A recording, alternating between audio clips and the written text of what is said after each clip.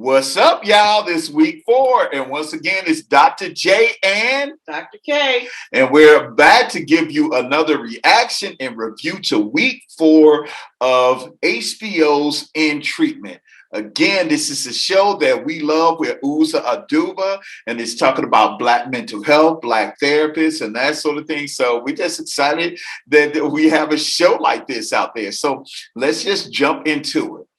So y'all know how your boy feel about Eladio. And once again, I just have to be honest. It's just gone to the point now that I just despise Eladio. I still don't know what he is, what his mission is. The story keeps changing from week to week. But I will say this.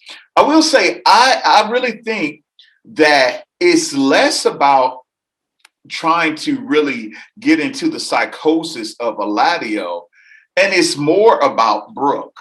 I mean, I think we probably need to look at it from this standpoint. So just a quick recap for those who may not have seen it.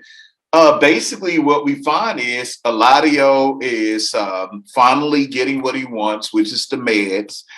Brooke has basically referred him to a psychiatrist for an assessment. And she does not believe that he is bipolar, which he then hangs up the phone. And Brooke, once again, is crossing boundaries. She keeps trying to mother him, and she's chasing behind him. And so it goes from Eladio very quickly to her relationship with Adam. And Adam is like, well, why don't we just, instead of you trying to mother your clients and find your child, why don't we just have a baby? We know that we're both drunks and, alcoholics, but, it'll be a good idea to bring a child into our mess, which I think is, that's a great idea, Something. And then we have Eladio, once again, that calls beyond hours and was saying, like, I know our relationship is more than just therapist and client. And then his response is like, hey, I just want to get bucket naked. That's what the young people say. Goodness. And get into a swimming pool. I think you're oversimplifying. I don't. I think you're oversimplifying. Okay, well, you give your take. His response to what? I think he's troubled. We've established that he's troubled. And like you said, the bigger issue is how she's reacting to him. I think he's just there to be complex. I don't even know if we really know what's going on with him. She didn't give, she actually, just because she said he wasn't bipolar doesn't mean he doesn't have a diagnosis, which she did not give. And he did take it over the top. But I think he doesn't know what to do with himself. Maybe getting butt naked was his way of transforming and having a rebirth or something like that. Going from one life cycle of this, I've gotten used to bipolar, to getting ready to go to another level. Yeah. You know what? I'm not. You know what? You guys, let us know your thoughts. I like Eladio. I'm personally done. I'm personally done with him. Yeah. So I will say he did have a nice 6-pack when he got bucket naked. Goodness. That's all I can really think of. But I want to say, anything else you want to say about Eladio? Because I don't want to be rude and cut off the Eladio tie. I think he's troubled. I think you need to have patience. This is why you're not a therapist. That is all.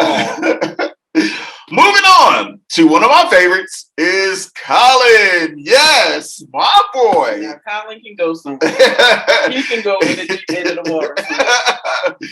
Okay, so quick recap with Colin. Once again, the scene opens up with him in front of Brooke's establishment, mm-hmm. and he's looking sort of despondent, like he is waiting as if Hannah, his ex-wife, he's waiting on her to show up because he wanted to show her like the progress he has made.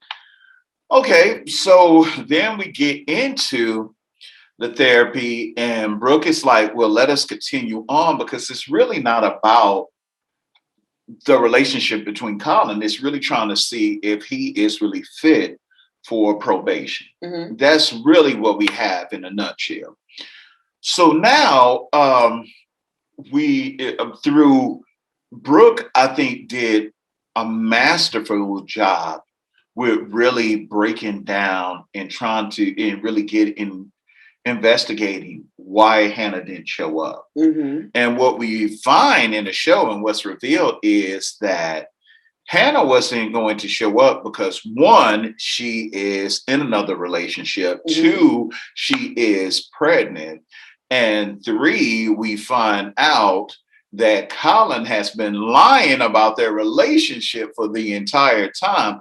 As a matter of fact, it goes to show that Hannah didn't betray Colin. In a sense, Colin betrayed Hannah by basically not admitting to her that he had a vasectomy. Now, keep in mind in the show, for those viewers who may not have seen it yet, they have been, quote unquote, trying to have children for years. And he allowed this woman to have emotional, breakdowns, knowing all the time that he basically had a vasectomy. And he doesn't really see how his sadistic, harmful behaviors impact other people. And I love the fact that Brooke connected it to the way that he embezzled money, the way that he treated his investors. But one thing that I observed, and this is something that we haven't seen before, I felt that Brooke did a good job with analyzing him and breaking down his wrongs and pointing them out. But I felt like this time around, we saw her really get angry in therapy.